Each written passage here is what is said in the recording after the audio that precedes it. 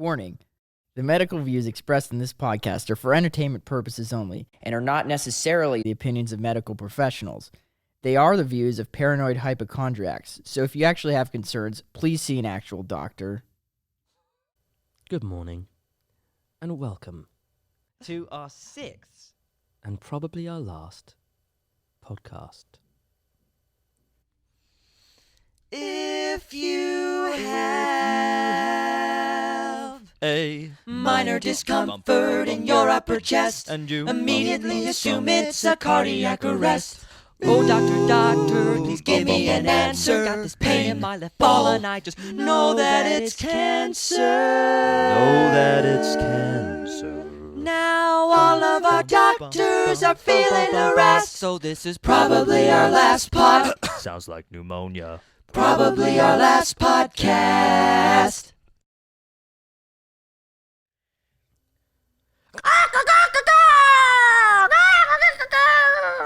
Oh, is that a rooster? Did I hear? Oh my God! This must be morning. It's actually Robin Williams. Oh, Red Bull. Oh, my don't God. say. Hey, guys. Yeah, hi.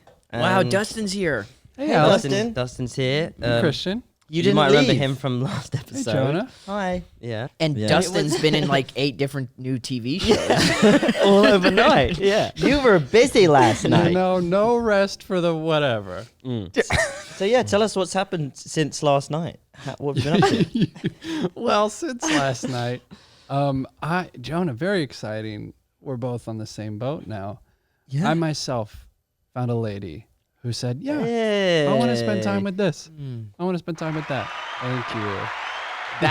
Yeah, she saw you at a bar and was like, that right there. That's Ingram. She saw me here because last night it was, remember, found it a was... mate. We were at that we bar. were at that So how did that bar. work? Tell us how that worked then. Oh, boy. Yes, and we were here, and then we went to that bar, and we met, and I went, I gotta get back to the podcast studio so I can. And you've been together so I for can how go long? To sleep. Last night? 7 hours. 7 hours. Wow, dude. You're going strong. Still going strong. You know, it's going great. I really think there's some longevity there. Yeah. I mean, for LA, 24 hours Yeah. is a long time a good for a hunk. relationship. Or a So, good yeah, I'm surprised we even got to sleep with all the Red Bull. Oh yeah. Yeah, this I mean- this is nice. This is our new wannabe sponsor. We're not actually sponsored by Red Bull yet, but We might all start speaking like 2 times as fast by the end of the episode. I sense heart palpitations coming into play. Just Yeah, vibration. you're trying to induce a conversation about hypochondria. For the audio listeners, there's 1, 2, 3, 4, 5, 6, 7, 8, 9 cans of Red Bull. yes, thank you for currently reminding on us. the table. Yes. 9 cans of Red Bull on the podcast table. Okay. Is this Just like kill 99 bottles of beer, Yeah. but the British version? Yeah. Oh yes, there is What they do. a British version. There's a version. Stroke number 1. I love Already. I love me. How far in are we? Why is it always me? I literally love how we have a podcast. We decided none of us can speak. Like we can't speak. Stumble over every sentence. No diction. No, there's actually I've discovered this with my girlfriend. How interesting is about this? it. There's two different tunes. So what's the tune to the American version of that song? 99 bottles of beer Beer on the wall, 99 bottles of beer. You say you're queer, then you're queer. 99 bottles of beer. 99 bottles of beer. So the English version is what's the English version? Green bottles standing on the wall. 99 green bottles standing on the wall. And if one green bottle should accidentally fall, there'd be 98 green bottles standing on the wall. I would love it if that didn't exist and you guys were just such good No, improvisation. Yeah, that would be impressive. It really does exist, and you know, I love that it's green bottles. green Yeah. bottles. Yeah, it's Could be anything. specific. Yeah. Green bottles. They didn't want Wow, there's a club Standing singing on the singing, wall. standing on the wall. 99 of those beautiful green bottles in the summertime. Speaking of jingles, can I just tell you guys, this is a true story. I sing your jingle, your podcast jingle, at least 2 to 3 times a day in my head Really? and out loud. Wow, it funny. works. And Yeah. out loud. But there is, okay, so I need some clarification. The word at the very end is harass. Our doctors are feeling Yeah, harassed. harassed. Right? Yeah. Okay. What did you think it was? Feeling her ass. So this is probably. Yeah, that's not a very 2020. This is definitely all, the end. Is it? all of our doctors are feeling her ass. Like, one person's ass. I thought that it was possible because before we started All of our recording, how you guys doctors were. are feeling her ass. But it's very catchy. Is what Yeah, I'm trying thank to you. say. Thank you. You know, the actual pronunciation, the correct pronunciation of the word is harassed, but it wouldn't sound correct. Alex. Harris Ranch beef. No, harassment. Can I ask a question? So I've been singing the song too, but you know the whole law of attraction thing that I buy into? Sure. The IVI, it's scientifically proven. Right. No, I'm just saying, I keep wondering, this is my hypochondria kicking into the jingle that we wrote together. Yeah. That bit where it goes, I got this pain in my left ball and I just know that it's cancer. I keep thinking, that's in my head so often. I'm singing it in the You're shower. gonna- I'm going to have Gonna manifest what lumps tract. in the balls. And then I'm going to be like, because I've Dude. written this manifestation. Yeah. It's like a mantra. I was just You're gonna get the I was diagnosis just thinking and then about the that jingle's gonna go specific and ailment or imagined ailment disease the other day. There's been like several periods in my life that I call the ball scares. The I ball scares. refer to them in my head as the ball scares because Yeah. there was a period when I was in high school. I was a senior. For several months, I thought I had ball cancer. Kind of like felt slight pains in my ball. Realized I probably lifted some of my equipment wrong, like one of my amps, Yeah. and then that went away. And then there was like in the past few years 2 periods like of seriously like 3 to 6 months where on and off. I thought I had ball cancer. Like one of my balls felt heavier than the other. Yeah. And I was walking like I'm always just little afraid. I'm always strangely. just afraid to check them. Do you know what I mean? Like I don't want to touch But them. also, like you know, they say to feel them and like I don't want to touch my I don't balls. want feel if there's any abnormalities. It's all fucking abnormal. Yeah, down there's there. like All weird weird. veins. There's and- nothing pleasant or lovely or symmetrical about No. any of No. it. I So spoke how am I about this supposed on to many know? episodes. I think people are I going to get know. bored. I spoke Literally- about my testicles in many episodes, but I do have one larger than the other. Yeah, you have talked about that. I think you're everyone really does, don't proud they? about it. I think the left one is I'm less slightly proud, but more. I'm a survivor. Congrats. I'm a survivor. Yeah. One is my larger. God. This is a necessity sitting like this Because you're weighted that because way. I'm weighted, and if I Christian sat has like his this, legs crossed. my head goes like that. Now he's laying down. He's on just the trying to tell yeah. everyone he has And big so like if I do, these- it's a counterweight. You know what it Look. is? It's a counterweight. You know what it is? Sorry. You're like the elephant man. You can't lay your balls back all the way. You'll die. Yeah, I will. I'm not an animal. So didn't you have something about that we spoke about last time where you crossed Yesterday, your legs? when we recorded the last week's episode. Oh yeah, yesterday. yesterday. Yes. Yeah, I had woken up with a weird. I already told the story. It's Yeah, already. you there. did. No, you did. I was just. But yeah. Okay, Oh, anything, yeah, should be so anything since last night? Anything since? Yeah, any anything health new? scares? Do you want the story of the week right away? Or do you guys already Actually, have one? I'm going to interrupt that. We have the call. call set up. Okay, Oh, story of the week shit. later. All right. What okay. call, Christian? So let's talk a bit about this lovely, talented woman. We have a call set up, Dear Lord. and we Slurping Jonah, sounds. Jonah. I mean, Jonah. Can I just say, through editing these, through editing, Anyone get the good. reference? Yeah. through editing Yes, these episodes, man, I do. I loved it last episode 3, where you guys just argued with each other because you kept interrupting each other. Yeah. It was Let me just say, The whole through episode. editing these episodes, I have discovered that Jonah, you are an incessant pain in the ass. Like Zoom in on that face.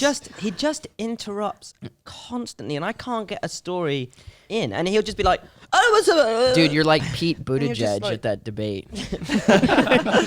We're actually very lucky today. We have a guest caller who is actually a professional. We're going to clear up with her what her job is, because her job is almost It's to do with this the brain. esoteric thing for us, because me and Jonah think so highly of her. We're going to ask her questions. I honestly assume it's going to more end up her asking us questions and solving things. That's Ooh. probably One of us is going to cry. What if? Can I tell you guys? Could be me. Have you guys ever thought about this? What if this episode is probably your last podcast? Not because you're Yeah. going to die, Because we're but going to be because you're cured. going to be cured. Yeah. And then Right. all that revenue Yeah. that you guys have just dude. been raking in Yeah. Yeah. stops. That no one wants to listen to people who feel perfectly fine and just not worrying about anything. No. No one's going to tune into that. Probably loads more podcasts. That doesn't ring the same bell. because we know that we're healthy? No. We're actually going to It's FaceTime. really We're good. going to FaceTime. We're actually going to FaceTime. Perfect for an audio podcast. Yeah. Okay, Press this. she is ready. So Wow, this is cool. let's give this a go. Close that porn out. Her name's Yeah. Anastasia. Anastasia. All right. Anastasia. Here we go. We're going to introduce everybody. Here we go. Red Bull. Hello, Anastasia. Welcome to probably our last podcast. Let's just introduce you to everybody. Hello. This is Alex Sill. This is my cousin. Hi. Your cousin. Hello. Heard lots Yes. about you. Very No highly way. spoken of over here. This is one of our best friends in the world, Dustin Hi, Ingram. Anastasia. Nice to meet you. Hello. Hi. Nice to meet you. If I'm not talking loud, she can hear us through. She can here. She can hear us. Yeah. My God, technology. Yeah, technology is amazing, right? It really is. And that's Jonah. You know Hi. him. How you So, doing? we always talked about how fun it would be to have an actual professional, Yeah. A funny one. a funny professional, talk to us. So this is actually kind of a dream for us. So thank you very Yeah. much. Well, no, it's my pleasure, totally. Yeah. So so In fact, one of the, what I teach in the work that I do is something called the knowledge. the knowledge. Right. Okay. And it's a series of ideas and behaviors that cultivate a non-reactive level of mind. Hmm. And as a consequence, optimize brain performance. Wow. Whoa. In other words, the way that we cope, the way that we create an experience. And our number 14 actually says, last to negate the fight and flight mechanisms of the autonomic nervous system. In other words, the fight and flight and hide responses. When we tell a joke or when we lighten up and we attempt to be funny, it triggers the brain to respond in a very specific way, which is opposite of survival and more in line with what I call creativity. Hmm. And when we're creative, we're in a state of inspiration, of fun, of joy, of enthusiasm. So laughter goes a long way, definitely. It's Yes. too bad there's none of that on this podcast. I don't like to laugh. No. I do feel that, but you explain it in such a beautiful way there. I like to say that we're either creating by desire, with enthusiasm, with joy, which is what we're designed to do. We're all creative. Mm. We have this brain which is designed to learn everything relevant to survival. So in essence, we're creative. We think of ideas that enhance the way that we feel or give us some level of understanding. We're explorers. We're all Ulysses. Yeah. And when we're exploring, when we're learning, we're in a state of enthusiasm, of interest, of excitement. It's fun. Yeah. Yeah. So, creativity is our birthright. Yeah. It's in the very nature of our DNA. Do you deal with people that suffer with hypochondria a lot? I work with people that have obsessive compulsive disorder, anxiety, depression, post-stress traumatic disorder, hypochondria, all of the above. Yeah. Wow, we're in good We've company. got in all of them. Yeah, we, that's it's kind of nice to hear. That's that. literally what we get together to discuss on this show is everything that we are worried about, and the last time we thought we were dying. But we have interesting crossovers of the conversations with like the whole being a hypochondriac, because one part of me thinks that being aware of that label is helpful to the extent of at least understanding, being able to come back to that and going, when I do have some pain in my head and I've been thinking I'm dying for like 2 hours and getting really stressed about it, and then come back to oh, I'm just being stupid, I do this all the time. I feel like knowing like this podcast and everything and talking about it and going, this hypochondriac kind of term, usually I hate labels, but I just think knowing that that's something that I do, just being aware of it is really helpful. Yeah. But then on the other side, I feel like they are constricting, those labels. So it's interesting. I wonder whether because I identify with it, that's keeping me in that. It's a weird kind of like. Yeah, I get what you're Well, saying. here's the thing. We're speaking. You're talking about an awareness of. Our number 6 says, "Be the benevolent observer." Be the awareness of. Be the witness of. The moment you can become aware, oh, I have a pain. Oh, I'm attempting to organize my space again. I obsessive compulsive disorder. Mm-hmm. then you're aware that you're just reverting to a behavior that you've learned, and that you've learned in such a way that it kind of makes you feel safe and comfortable. Right. So if you're aware that you're in the habit of, that you've learned to find things that are wrong with you that feel uncomfortable for you, then this is what you've learned to do. You've literally created a connection in your neural pathways, a behavior that is familiar, that makes you feel comfortable, even though it's uncomfortable. Wow. Is there usually a common cause or through line? I know humans' lives are so different one from the other, but with hypochondria, do you find that there's something that usually triggers it that's similar throughout all your cases that you come across? Well, it's the propensity to fear. You've learned to worry. Mm-hmm. So whether you're worrying about a conversation that you're going to have, or something within your physical anatomy, your body, it's something that you've learned to do, to worry. But I like to say, whether you're snorting cocaine, self-harming, worrying, obsessing, they're all just learned behaviors. We've learned to do them through a process of repetition. They're coping mechanisms, adaptations to the environment.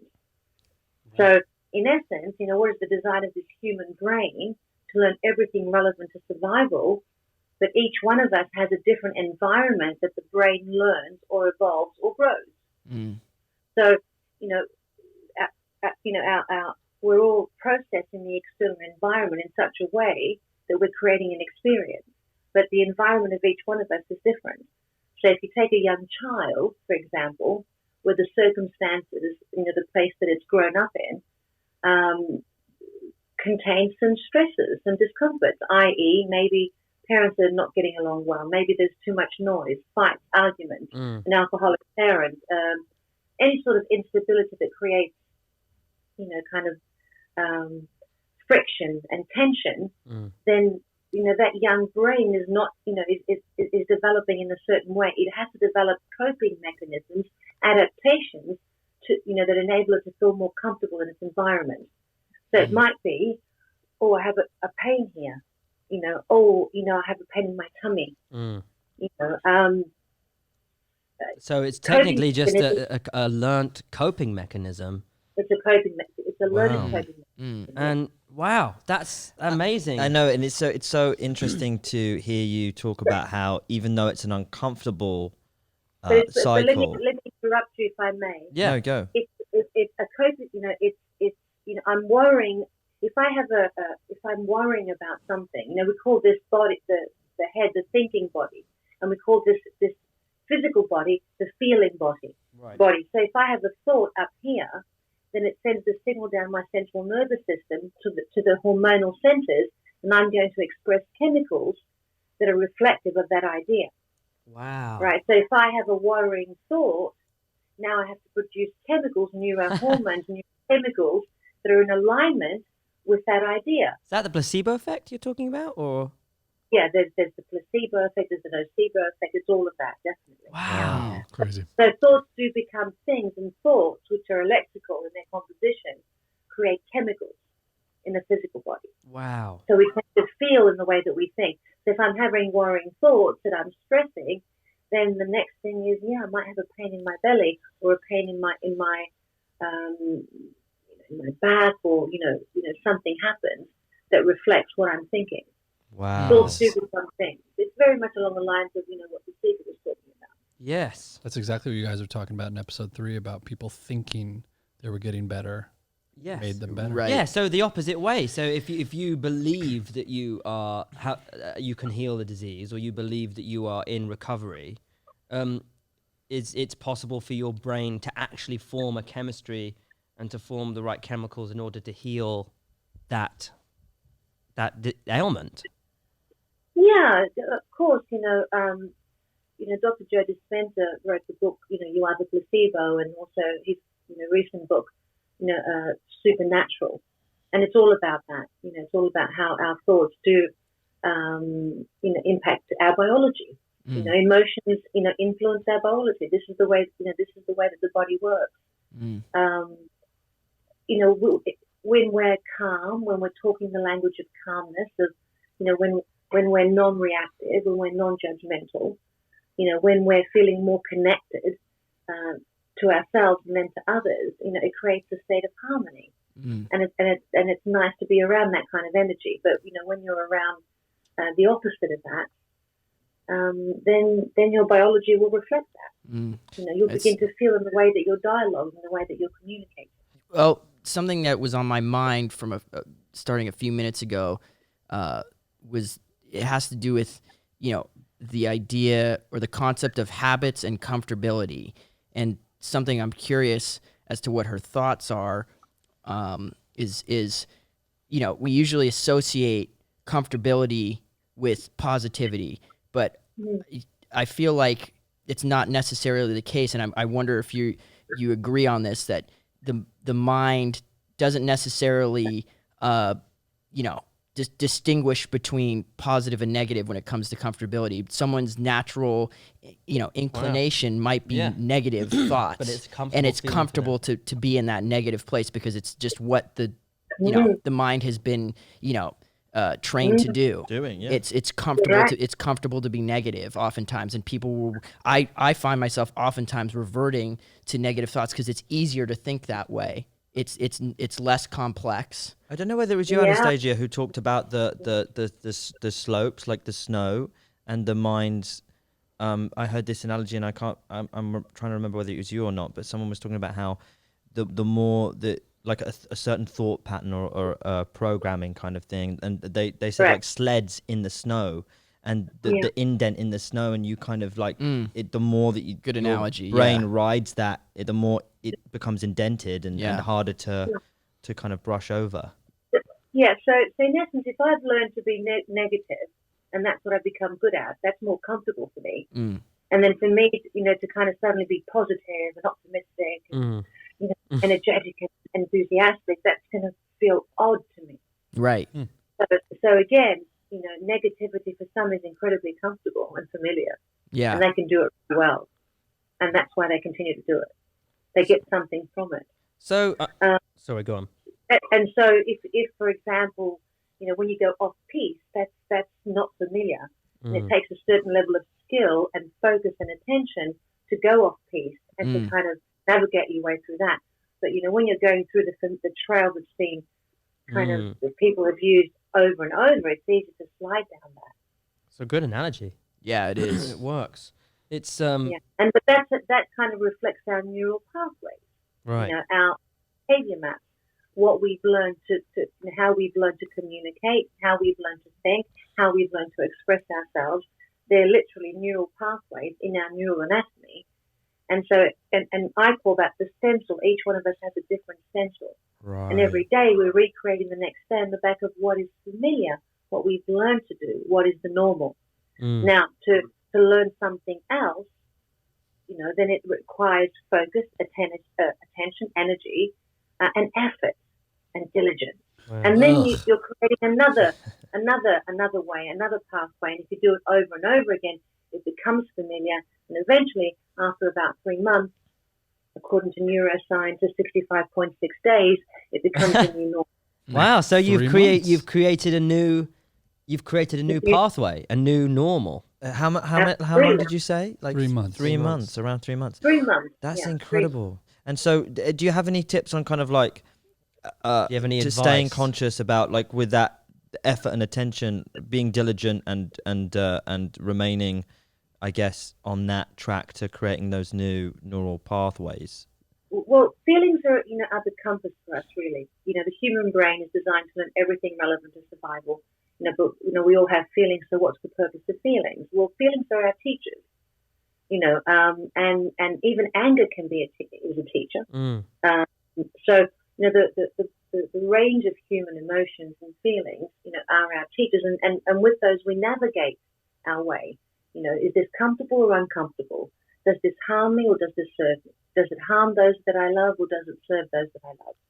And in essence, we're making decisions on the back of that kind of data, feelings, experiences, just the way that I want to navigate my life. Does this look, is this nice for me or is it uncomfortable? And that takes consciousness. It takes, a level of self-awareness.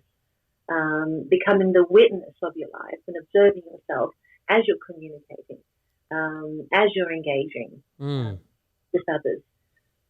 So, we're either creating by design or on the back of our default responses, what we've learned to date. With the human brain, it's malleable. It's rewirable. Wow. Our personality doesn't have to stay the same. We can take in new data. And on the back of, we have new experiences. We learn new things from those experiences. That's new data. How we use that data will determine what happens next or what we want to happen.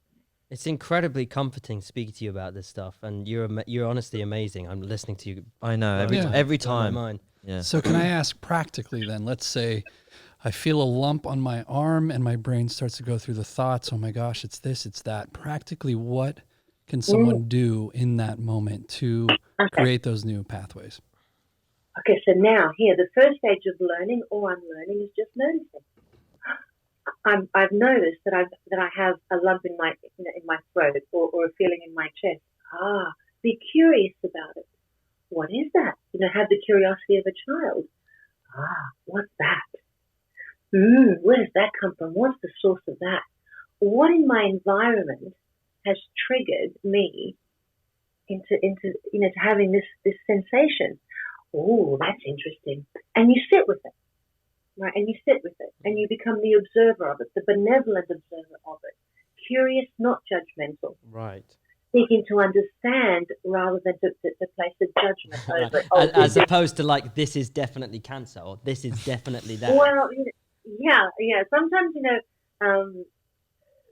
people also like to associate, with the condition. Yes. Oh, it's my disease. Oh, it's my hypochondria. Oh, it's my this is my anorexia. Oh, this is, and it becomes a source of almost positive identity. Wow. But again, I say, don't judge it. Observe it, watch it. Is this serving me or is it not serving me? Do I want to reinforce it, or would I like to unlearn it? That's possible. All of your I want to talk about Super Able Mind for a little bit, because all of your those cards and those packs that you gave us are so helpful. I know that our mum Can you tell us uses a them. little bit about your company and what it is you do? Sure. It's based on 3 decades of my fascination of how mindset impacts brain functionality. And so, through what I'd observed over the years, I realized that people that were non-reactive and non-judgmental were just better at coping with life and also, achieving things that were important to them. For me, they were happier people. And so I thought, after 3 decades of research in different fields like neuropsychology and neurobiology and neuroplasticity, I knew that it was possible to unlearn reactive thought patterns and reactive behaviors. And when we did, we were empowered in our creative process. So the first 2 years of the company, between 2013 and 2014, I worked with about 15 people with specific conditions like, bipolar, depression, anxiety, and agoraphobia. And a few, also an executive and an elite athlete. So having worked with those people, I was able to kind of get great data. And I thought, okay, so what if I were able to give these people the option to create a platform where I could make these people aware of what their default responses were, and could I gradually, over a period of time, give them the opportunity to unlearn those reactive default responses? And in fact, that's what I did. And on the back of that data, then I came up with gradually the SAB knowledge, which is a series of ideas. There are 7 behaviors of peak performance, and I call them the spine of the course. So behavior number 1 is present, focused, and attentive. Number 2 is cool, calm, and connected. I call it a little bit of federal finesse. Whether you win the point or lose the point, you still step up to the line, and you still have that same grounded emotional intelligence. Number 3 is non-judgment. I call it the heart of our course. Judgment creates tension, friction. So, I said earlier, be curious rather than judgmental. The moment you've judged someone, you've done this. You've clashed. But who's to say that their view is not the view? I mean, it is their view, and it's a view that's been developed on the back of their experiences, and my views have been developed on the back of my experiences. My experiences don't negate their experiences. There's no right or wrong. There's just two people developing different perceptions on the back of their experiences. But Anastasia, I am right. Yeah. Of course you are. Of course you are. With the exception of when you're speaking with me, and then I'm right. I think we can all say that. Yeah, she's right. Yeah, we need to shut up. That's Wow. it's so like it's this deck of cards that you. Well, I was just going to say for our listeners, because I do think that it's a very, as much as we try and inject half like kind of human, half real kind of stories, and so it becomes quite therapeutic for people. I think anyone who is a hypochondriac or I think that there'll be a lot of our listeners who are interested in your stuff and your course. So if you want to like tell them where they can find you or how, where to go, because I'm sure a lot of people will be interested. Sure. Here's a little bit of useful advice that I'd like to give to hypochondriacs. Yes. And Say this is- musical? Useful. Yeah. Useful. But that's cool too. Yeah, musical advice. So sometimes when my mind is speaking a language or saying something that makes me feel incredibly uncomfortable, and I don't like it, I say to my mind, I don't believe you. And I say it with that kind of tone. Mind, you're just a reflection of a history that happened ages ago. You're a relic. Wow. I don't believe you. Yeah, And I like that. In that moment, but I don't say it with a judgmental tone. I say, mind, I don't believe you. Mm-hmm. And I giggle and I laugh. Yeah. Right. And again, that references, laughs and negates the fight and flight mechanisms of the autonomic nervous system. Wow. So we've been doing that by accident. Well, you're doing it in your podcast. Yes. You're doing it in your podcast, and that's a great thing. You're making a serious subject less serious, and speaking about it, and people are sharing and sharing their stories and learning from one another. That's fantastic. So well done. You're Yeah. absolutely amazing. You are. Thank you thank you so much for taking the time to do this. We've all learnt so much. We'd have you on again. Yeah, honestly, that was so I'd love great. that. If you want to know more about what we do, there is the Instagram page, Super Able Mind, Okay. and there's lots of pictures of people doing the work, and young people and more mature people, and there's all of that. If anyone wants to get in touch and ask for some advice, I'm happy to give that. Send me an email at info@superablemindcom. info@superablemind.com. We'll put this up on the screen. Coming You'll up on put the your screen. Instagram on the screen. I have one final question. Yeah, no, if I honestly, may. we could speak to you the whole time. I know it's late in England, but it's absolutely incredible. Yeah, this Go on, is Ed. really cool. Well, she brought up this concept of neuroplasticity and age. My question to you is, because we normally associate an aging brain with a more kind of static, rigidity, if you will. What are your observations on how even people who might be much older than we are? What are your observations on them unlearning negative behaviors or unwanted behaviors? Oh no, the older brain is it can be rigid, but only as a consequence of it saying that it's rigid. I mean, Oh, wow. the human brain is malleable, rewirable at any age. I've worked with people in their 60s and 70s, and they've learnt new ways of seeing, thinking, and feeling. That's yeah. So just because they've been taught, the older they get, the more rigid they are. Well, there's so That's much what sayings makes like it old rigid. dogs, new Can I ask a tricks. question? Are all of you in this room under the age of 28? Nope. No, I am. Well, yeah, 3 of us are. 3 of us are. That means one of us is. He looks our age. Completely looks 18. Oh my God. Well, you all look very, very young. Here's a bit of data for you. The most evolved part of the human brain, the newest part of the brain, is the middle prefrontal cortex. And it's not fully formed until you're 28. Oh. right? But it's really the most exciting part of the human brain, which has given us, the ability to put a man on the moon, or to have a Da Vinci, or an Einstein,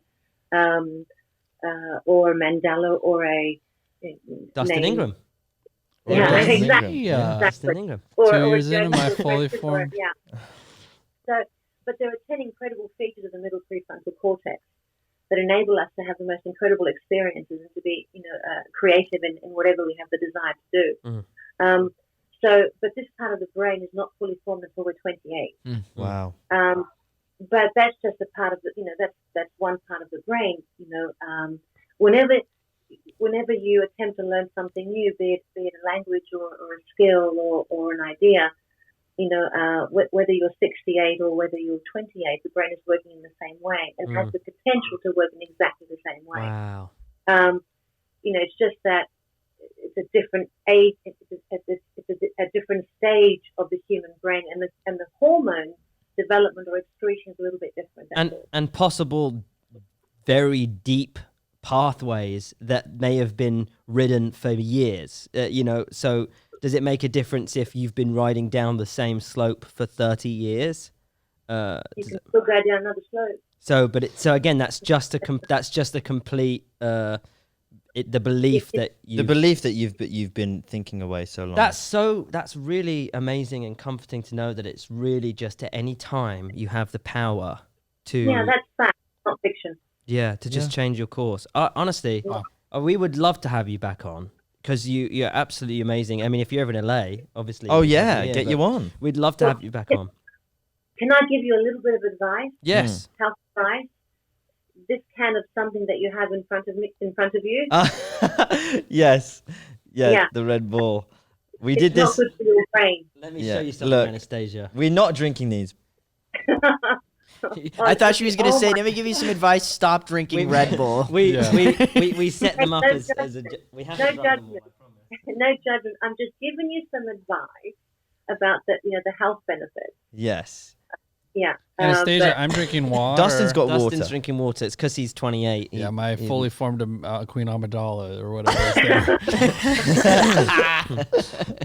there. Wow. Yeah, I could honestly keep asking you questions all day. I'm sure we all could. Well, look, we can do it again if you like. I would absolutely love that, Anastasia. We're going to be here for another, month or two. We'd love to have you back on, and maybe we'll be on a different slope the next time we speak. Hey, maybe we could talk about through the eye of the story, and I could give you an example of how that works. That would be amazing. Awesome. And as a form of neurotherapy. Oh my God, we would love that. Please let us know it when you get that podcast up and running. And I will. And again, we'll put all your information up on the screen. So, you're gonna have to do me a big favor. Can you say your full name? Oh, okay. It's Anastasia Hatzivasilou. Wow, that's And it's beautiful. very I wouldn't have got it. Yeah, I'm not going to repeat it, especially over the phone. Thank you Thanks so for coming much, on. It's been Anastasia. great. Thank you. Bye. I've been talking to you for hours, but thank you so much. You've helped us so much. Have a nice day. Thank you. We'll let you know when it comes Bye. out. And Yeah, let me know. yeah. Bye. Thank Bye, you, Anastasia. Bye. Bye. I think it's time for a poop break. I need a poop. Oh God. Okay. Are we gonna... Well, looks like our boys have gone for a big old group poop sesh. You know what? Why don't you take this time to take a poop of your own and join us right back here for more Poopably Our Last Podcast. Probably our last poopcast. You know what? Just take a poop.